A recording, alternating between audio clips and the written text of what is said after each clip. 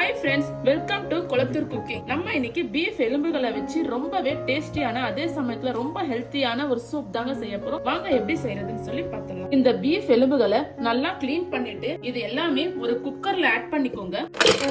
இது கூடயே 100 கிராம் கறியும் ஆட் பண்ணிக்கோங்க. நான் இன்னைக்கு இந்த மாதிரி கொழுப்போட இருக்க கறி தான் எடுத்திருக்கேன். இதையும் சேர்த்துக்கலாம். இந்த எலும்புகள் கூடவே 1/2 டேபிள் ஸ்பூன் மஞ்சள் தூள், 1 டேபிள் ஸ்பூன் இஞ்சி பூண்டு பேஸ்ட் இதையும் ஆட் பண்ணிக்கலாம். இது கூடவே 1.5 டம்ளர் தண்ணி ஆட் பண்ணிக்கோங்க. இப்ப குக்கரை மூடிட்டு ஒரு 10 விசில் வரைக்கும் நல்லா வேக வச்சு எடுத்துக்கோங்க. இப்ப ஒரு கடாயில 2 டேபிள் ஸ்பூன் எண்ணெய் ஊத்திக்கோங்க. எண்ணெய் ஹீட் ஆன உடனே ஒரு மீடியம் சைஸ் ஆனியன் கட் பண்ணி போட்டுக்கோங்க. சூப்புக்கு ஆனியன் ரொம்ப வதங்க தேவையில்ல, லைட்டா வதங்கிச்சுன்னா போதும். அதே மாதிரி எண்ணெயும் அதிகமா ஊத்திடாதீங்க, அப்புறம் நம்ம குடிக்கிற சூப்ல எண்ணெய் தான் மேல வதங்கிட்டு இருக்கும். வெங்காயம் இந்த அளவுக்கு வதங்கிச்சுன்னா போதும், ரொம்ப போட்டு வதக்கிடாதீங்க. இப்ப நம்ம இது கூடயே ஒரு பச்சை மிளகாய் இந்த மாதிரி சின்ன சின்னதா கட் பண்ணிக்கோங்க. ஒரு துண்டு இஞ்சி அதுவும் இந்த மாதிரி சின்னதா கட் பண்ணிக்கோங்க. 2 பல் பூண்டு, 1/4 டேபிள் ஸ்பூன் மிளகாத்தூள். மிளகாத்தூள் அதிகமா ஆட் பண்ணிடாதீங்க, கம்மியா ஆட் பண்ணீங்கன்னா போதும். ஏன்னா நம்ம சூப்போட கலரே சேஞ்ச் ஆயிடும். மசாலாவோட பச்சை ஸ்மெல் போனதுக்கு அப்புறம் நம்ம ஏற்கனவே வேக வச்சிருக்க எலும்பை சேர்த்துக்கோங்க. தண்ணியோடய சேர்த்துக்கோங்க, அப்போதான் சூப் நல்லா டேஸ்டா இருக்கும்.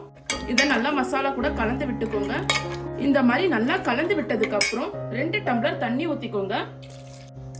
தண்ணியை ஊத்தி நல்லா கலந்து விட்டுக்கோங்க. இந்த தண்ணி கொதிக்க ஒரு 5 நிமிஷம் ஆகும். அது வரைக்கும் நம்ம மூடி போட்டு மூடி வச்சிடலாம். ஒரு பவுல்ல 2 டேபிள் ஸ்பூன் கார்ன்ஃபிளவர் மாவு சேர்த்துக்கோங்க. கூடவே கொஞ்சமா தண்ணி ஆட் பண்ணிக்கோங்க.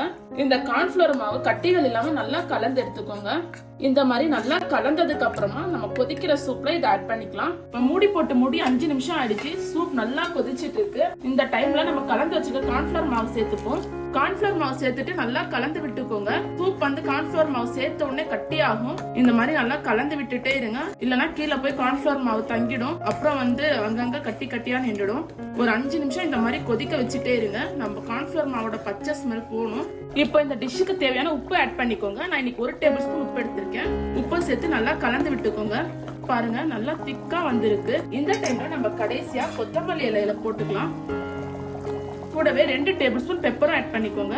பெப்பரை போட்டு ஸ்டவ் ஆஃப் பண்ணிடுங்க. பெப்பர் நம்ம அதிகமா கொதிக்க வச்சா சூப் கசப்பாயிடும். இந்த மாதிரி கலந்ததுக்கு அப்புறம் நம்ம சர்வ் பண்ணிக்கலாம். பீஃப் எலும்பு சூப் பாருங்க எவ்வளவு சூப்பரா ரெடியா இருக்கு. கடைகள்ல வாங்கக்கூடிய அதே டேஸ்ட்ல இருக்கும். நீங்களும் உங்க வீட்டுல இருக்க குழந்தைங்க பெரியவங்கன்னு சொல்லி எல்லாருக்கும் இந்த சூப் செஞ்சு கொடுங்க. மறுபடியும் திரும்ப திரும்ப உங்ககிட்ட கேட்டுட்டே இருப்பாங்க. இந்த டிஷ் செய்யறதுக்கு உங்களுக்கு ஏதாவது டவுட் இருந்துச்சுன்னா கமெண்ட் பண்ணுங்க, நான் ரிப்ளை பண்றேன். இந்த வீடியோ உங்களுக்கு பிடிச்சிருந்தா உங்க ஃப்ரெண்ட்ஸ் அண்ட் ஃபேமிலிக்கு ஷேர் பண்ணுங்க. மறக்காம நம்ம சேனலை சப்ஸ்கிரைப் பண்ணிடுங்க. தேங்க்யூ.